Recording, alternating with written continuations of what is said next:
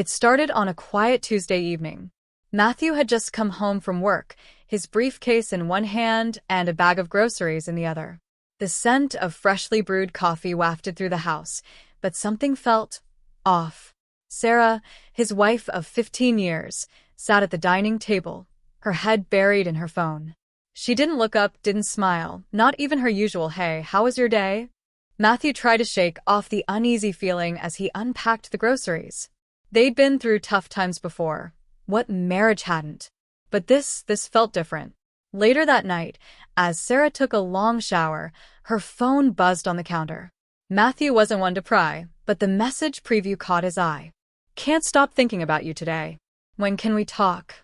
He froze, the words sinking in like lead in his chest. His heart raced, but he forced himself to put the phone down. No accusations yet. He needed to be sure.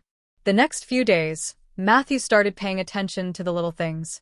Sarah's phone was always on silent now, face down on the counter.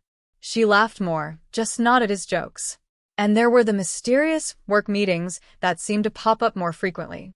One evening, he decided to test her. "Sarah," he said casually, "I thought we could go out for dinner tomorrow. Just us, like old times." Her response was hesitant. "Oh, I can't. I've got a late meeting at the office." Rain check. Matthew smiled, masking the pain. Of course. But instead of heading home after work the next day, Matthew parked his car a block from Sarah's office. He waited. Hours passed, and just when he began to think he might have been wrong, he saw her. Sarah emerged from the building, not alone. A man, younger than Matthew by at least 10 years, walked beside her. They shared a laugh before getting into his car. Matthew's hands gripped the steering wheel so tightly his knuckles turned white. His mind raced with questions, anger, and heartbreak. But one thought stood out. He needed the truth. That night, Matthew confronted Sarah. But not with anger, with calm precision. "Who's the guy from your work meeting tonight?" he asked as they sat in the living room. Sarah's face drained of color. "What are you talking about?" "You're lying," Matthew said, his voice steady but laced with hurt. "I saw you with him." For a moment, Sarah said nothing. Then, tears welled up in her eyes. "It's not what you think," she began, but Matthew interrupted. "Don't insult me by pretending I didn't see what I saw. Just tell me the truth, Sarah. I deserve that much." And so, she confessed. She admitted to meeting someone online, a colleague's friend, and how it started as harmless messages but grew into something else. She claimed it hadn't gone too far, but Matthew wasn't sure he believed her. Over the next few days, Matthew tried to make sense of what had happened. He reached out to his best friend, Paul, for advice. "Do you love her?" Paul asked bluntly. "I thought I did. But now, I don't even know who she is anymore," Matthew replied. Paul gave him a long look. "Then you need to figure out what you want, Matt.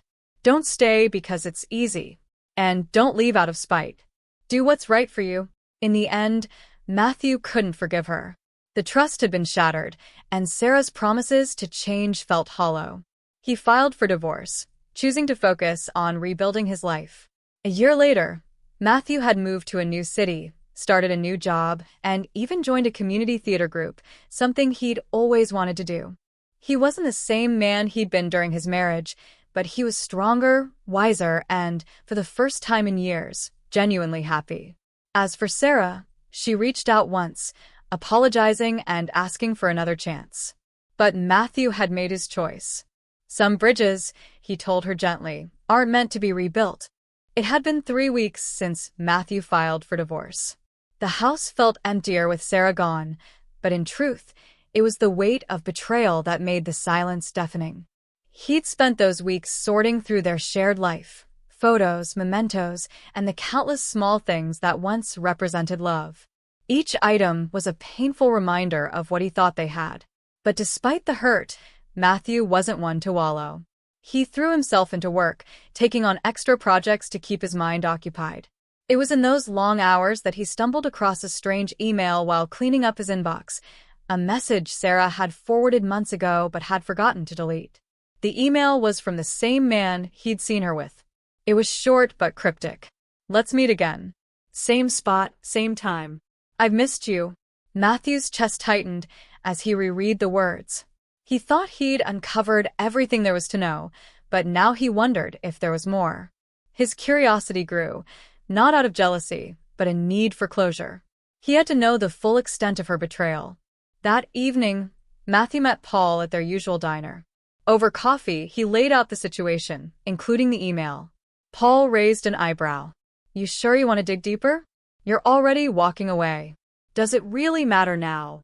Matthew thought for a moment. It matters because I don't want any more lies hanging over me. I need to know the truth so I can finally let go. Paul leaned back, nodding. Fair enough. But don't do anything reckless, okay? The next day, Matthew decided to follow the trail. The email mentioned a specific time, so he guessed it referred to a weekly or bi-weekly meeting. He searched through Sarah's old calendar, which she'd left behind in her rush to move out. Sure enough, there was a recurring entry marked simply as appointment. The location was a quaint coffee shop across town, one Matthew hadn't been to before. That Friday, at the noted time, he parked his car discreetly and waited. As the minutes ticked by, his pulse quickened. Then, just as he was beginning to think nothing would happen, a car pulled up. Sarah stepped out, dressed casually, looking more relaxed than he'd seen her in months. She went inside and took a seat near the window. Minutes later, the same man from before arrived. Matthew watched as they exchanged smiles and leaned in close to talk. But it wasn't their interaction that caught his attention. It was the envelope the man handed Sarah. Matthew's mind raced. What was in the envelope? Why were they still meeting? His resolve hardened. He had to know what they were hiding. He waited until the man left, then followed Sarah home. She didn't notice him as she parked and went inside. Once she was out of sight, Matthew got out of his car and approached the trash bin outside. He hated stooping to such a level, but desperation overpowered his pride. There, buried beneath a few discarded wrappers, was the envelope. He pulled it out and opened it. Inside were photos of him. Matthew stared at the images, his heart pounding. They were taken over the past year, some at work, others while he was out running errands. But why? What was Sarah doing with pictures of him? And why had this man given them to her? That night, Matthew called Paul again, his voice shaky. I don't know what's going on, but this is bigger than I thought. There are photos of me, Paul, taken without my knowledge. I need answers. Paul's tone turned serious. You need to be careful, Matt. This isn't just about cheating anymore. There's something else going on. Matthew nodded to himself, gripping the phone tightly. I'm not stopping until I find out the truth. The discovery of the photos left Matthew restless. Sleep was a distant memory as he tried to piece together the puzzle. Why would Sarah, or anyone for that matter, be keeping tabs on him? And why involve the man he'd caught her with? The next day, Matthew made a bold decision. He needed to confront Sarah, not about the affair, but about the photos. It didn't matter that their relationship was already fractured. He couldn't move forward without answers. He waited until evening before dialing her number. It rang a few times before she picked up, her tone cautious. What do you want, Matthew? She asked. We need to talk, he replied firmly. It's important. Can we meet somewhere neutral? Sarah hesitated. What's this about? I'll explain in person. Tomorrow at noon, the park by the river. Please, Sarah. After a long pause, she sighed. Fine. But this better not be some attempt to drag things out between us. The next day, Matthew arrived at the park early. The crisp air carried the scent of autumn leaves, and he tried to calm his nerves by focusing on the peaceful surroundings. Sarah arrived shortly after, wearing a coat he didn't recognize. What's this about? She asked, crossing her arms. Matthew took a deep breath and pulled the envelope from his pocket. He handed it to her without a word, watching her expression shift from confusion to alarm as she examined the contents. Where did you get this? She demanded, her voice rising. That doesn't matter, he said evenly. What matters is why you have photos of me. Why is that man giving them to you? What's going on, Sarah? For a moment, she looked like she might deny everything. But then her shoulders slumped, and she sat down on a nearby bench. It's not what you think, she began, avoiding his gaze. Those photos, they were taken by a private investigator. Matthew frowned. A private investigator? Why? Sarah hesitated, then admitted, I hired him. A few months ago. I thought you were hiding something. The accusation stunned Matthew. You thought I was hiding something? Sarah, you were the one sneaking around with someone else. Her eyes filled with tears. I know how it looks. But back then, you were distant, always busy with work. You'd come home late, and when I asked, you'd brush me off. I thought maybe you weren't involved with someone else. Matthew shook his head in disbelief. So, instead of talking to me, you hired someone to spy on me? I didn't know what else to do, she snapped. And by the time I realized I was wrong, I was already seeing him. It just happened. Her words felt like a slap, but Matthew forced himself to stay calm. So, why were you still meeting with him? Why give him the photos now? Sarah hesitated again, then whispered, He's been blackmailing me. Matthew stared at her, struggling to process her confession. Blackmailing you? With what? She looked away, her voice barely audible. He threatened to send the photos to your boss, to make it look like you were involved in something shady. He said he'd tell everyone that I hired him, because you were dangerous. I didn't know what to do, so I met with him to try and buy his silence. Matthew's hands clenched into fists. And you didn't think to tell me?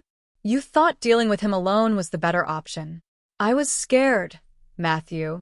Sarah cried. I didn't want to drag you into it. I thought I could handle it. For a moment, neither of them spoke.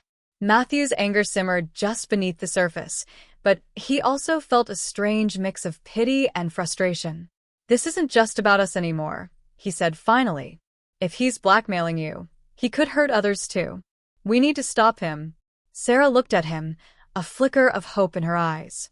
What do you mean? I mean we go to the police, Matthew said firmly. We tell them everything. If he's done this to you, there's no telling who else he's targeted. Sarah hesitated, then nodded slowly. Okay. But will you help me? I can't face this alone. Matthew sighed, his heart heavy. I'll help you, Sarah. But this doesn't change anything between us. We're done. I just want to make sure no one else gets hurt. The next morning, Matthew and Sarah sat in the lobby of the local police station.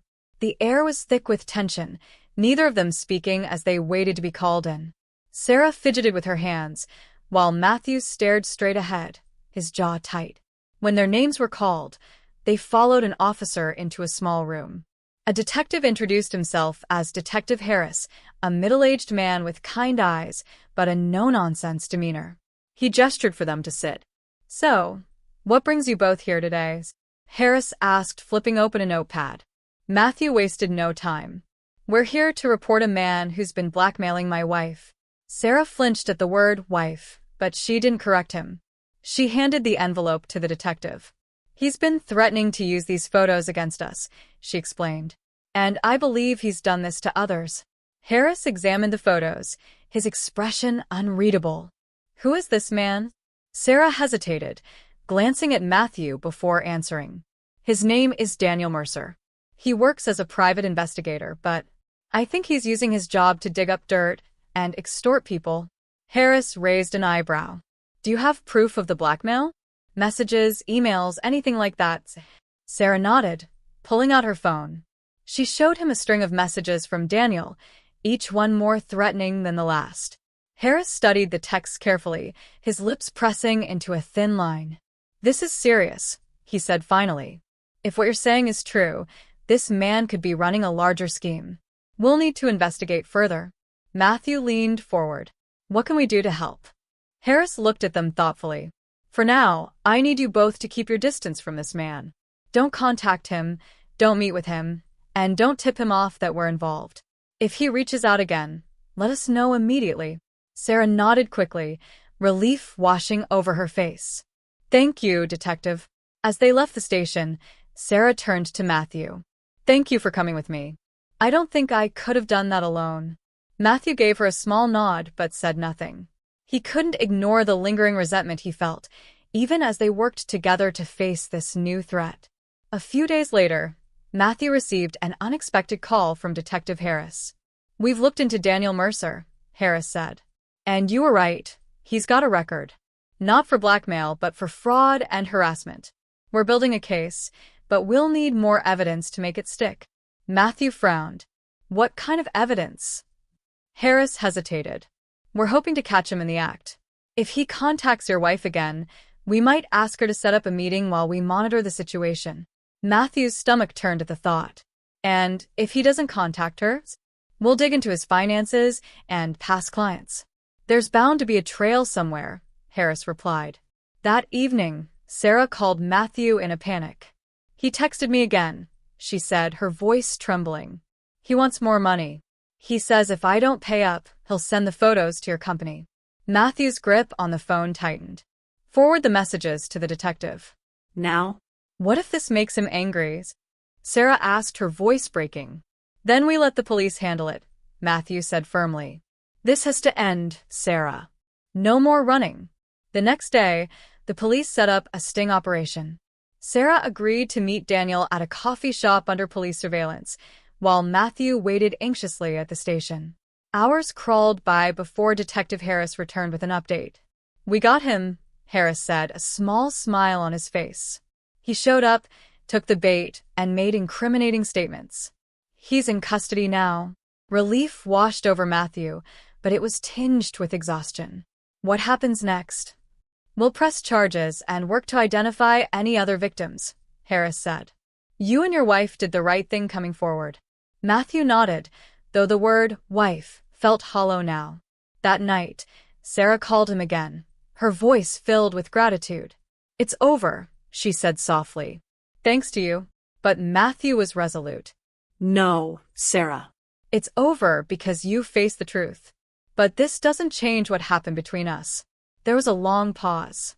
"I know," Sarah admitted, "and I don't deserve your forgiveness. But I hope you find happiness, Matthew. You deserve that much." The arrest of Daniel Mercer brought a sense of closure that Matthew hadn't felt in months. While the pain of Sarah's betrayal still lingered, knowing that Mercer was no longer a threat lifted a heavy burden. For the first time in weeks, he allowed himself to breathe. But closure didn't mean life returned to normal. Matthew's mind kept replaying the events, from Sarah's confession to the sting operation. He realized that while Mercer's blackmail scheme was over, the emotional wreckage left behind needed time to heal. A week later, Detective Harris called with an update. "We've uncovered a lot about Mercer," he explained. "He's extorted several clients in similar ways, gathering sensitive information under the guise of private investigations and using it to blackmail them. Your wife's case will be pivotal in securing a conviction." Matthew thanked him and hung up, feeling a small measure of justice. Yet it wasn't enough to erase the hurt. He decided it was time to focus on his own recovery. He began by returning to his hobbies, things he'd neglected during his marriage. Photography, hiking, and even volunteering at a local animal shelter became his outlets. These activities didn't just fill his time, they helped him reconnect with himself, reminding him of who he was before everything fell apart. One afternoon, while hiking a familiar trail, Matthew ran into an old friend, Laura. They hadn't spoken in years, their lives pulling them in different directions, but the encounter was surprisingly easy. "Matthew," Laura called out, her face lighting up. "I almost didn't recognize you." They chatted for a while, catching up on everything from careers to hobbies. Laura mentioned she'd recently started leading a local photography club, and Matthew couldn't help but smile. "I used to love photography," he admitted. "Maybe I should dust off my old camera and join you." "You should," Laura encouraged. "We meet every Wednesday evening. Come by, you might find it's just what you need." That evening, Matthew found his old camera tucked away in a closet.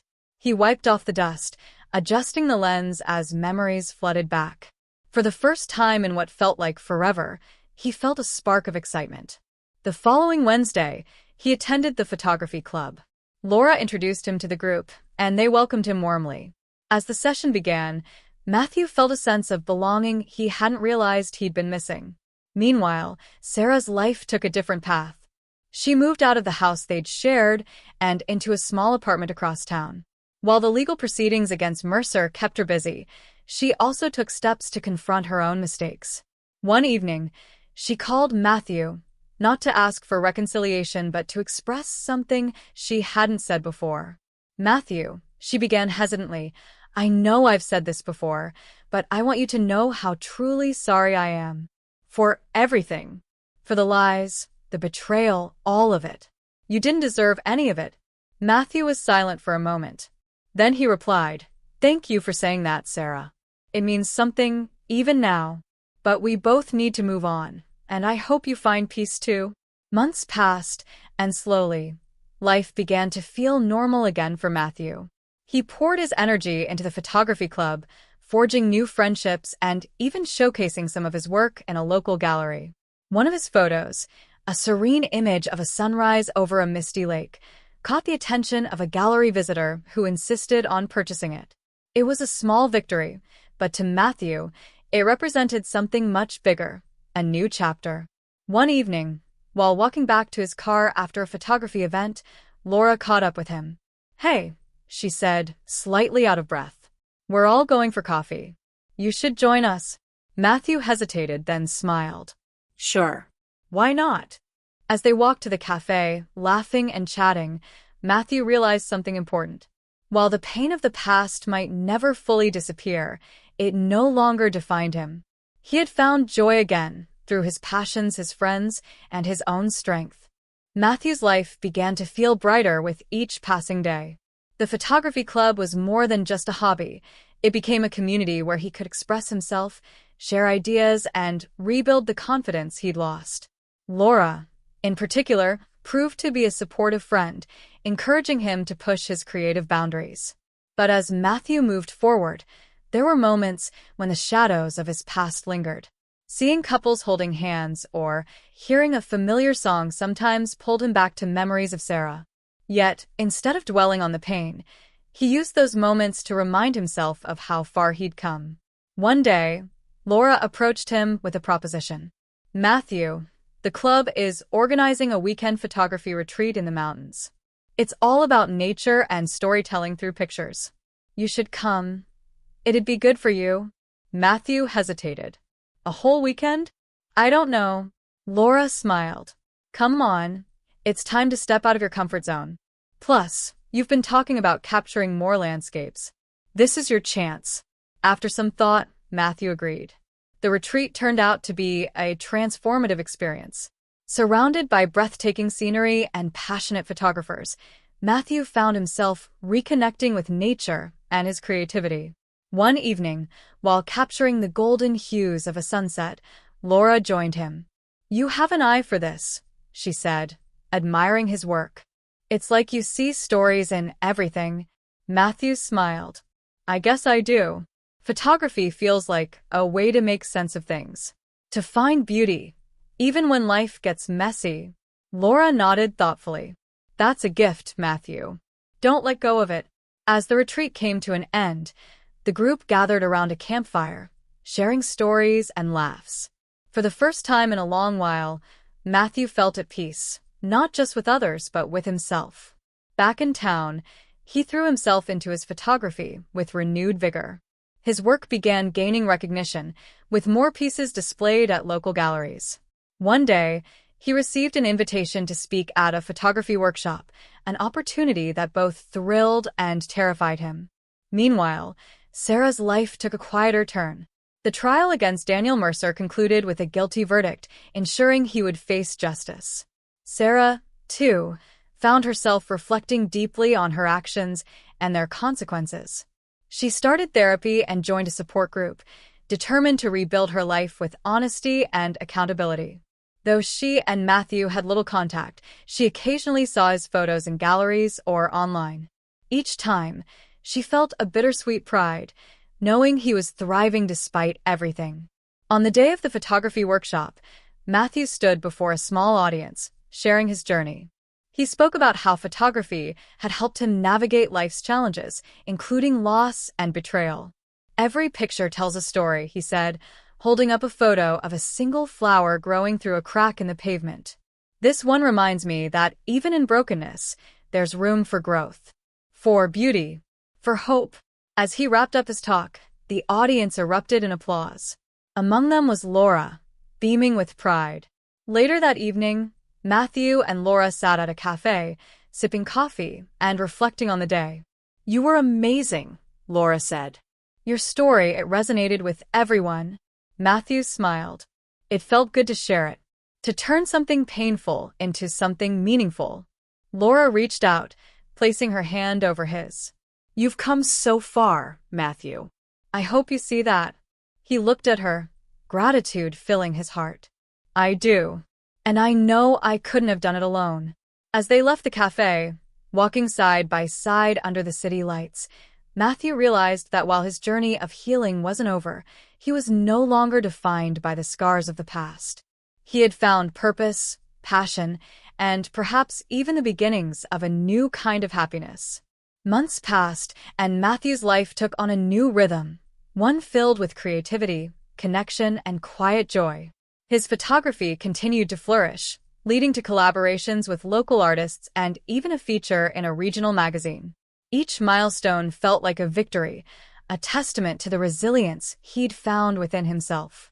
One crisp autumn evening, Matthew attended a gallery opening where several of his pieces were displayed.